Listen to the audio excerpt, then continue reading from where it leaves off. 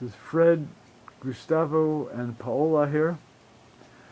Under the Wing 78, the most recent artwork in the Under the Wing series depicting victims of the Holocaust and of fascism in Europe, 1930s to war's end in Europe, 1945.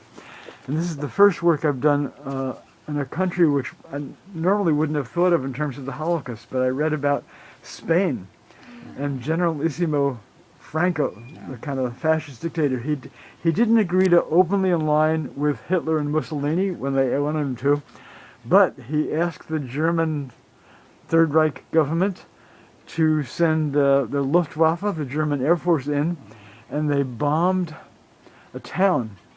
I think about, I don't remember exact numbers, something like 300 people were killed in the town by the German Luftwaffe Air Force, including about 40 school children and several teachers in a school that was bombed. This is like in the 1930s during the Spanish Civil War. So I looked at photographs of 3 children, boy, this is a girl. I drew metaphoric wings like I did for, oops, my battery's running low. I think I lost some of my narration. And I drew wings on the 3 children that I drew from photographs I looked at online. We have a bunch of allegorical sea monsters. We have 2 adults. Gerda Taro was considered the first woman photojournalist war photographer. She was the girlfriend of Robert Capa, the great, considered the greatest photojournalist of the 20th century. He covered World War II. He covered the Israeli War for Independence. He covered the Spanish Civil War with Gerda. She died at age 27 when she was riding on the side of some vehicle and was struck by another vehicle, died at age 27. They had been living together in Paris until they decided to go to Spain. Miguel Hernandez. And I remember we talked about this muchos años pasados, many years ago.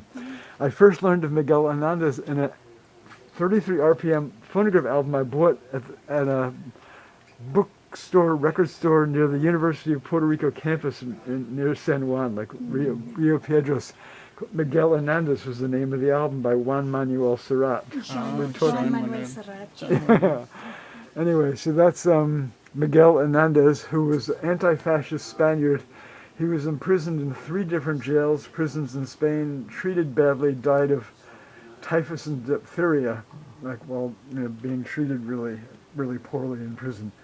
And anyway, that's the story in a nutshell with allegorical sea monsters, as you see. So, who'd like to say something? En español, por favor. I can get translations later. ¿Por qué monstruos marinos? Why marine monsters? I thought, if we were in a school and you were a teacher and you asked me that, or a student asked me that, I would say, why do you think I drew the monsters? So let you answer as opposed to me. Porque el monstruo está muy profundo, muy oscuro y no los ven cuando come. Los monstruos viven en la profundidad, en la oscuridad, no hay luz, pero cuando comen a su presa, lo devoran. And now say that entirely in English, please. The sea monsters live in the depths of the ocean, very dark, but when they trap their prey, they do it very viciously. That's good. That's good. That's what I think. Sounds just like the world we live in. Well, that looks like a wolf, but it's una zorro or lobo. Two sets of jaws. This could be his. Or 3, I don't know. Right. Sure, yeah. That's right, yeah. I didn't notice that third one until you just said it. 3. Yeah. Yeah. Well, that was like the one on the other picture. Okay, muchas gracias. It's, what is this? Yeah, usted también. El 7 de agosto 2023. 2023. 2023. Con Fred, Gustavo, Paola.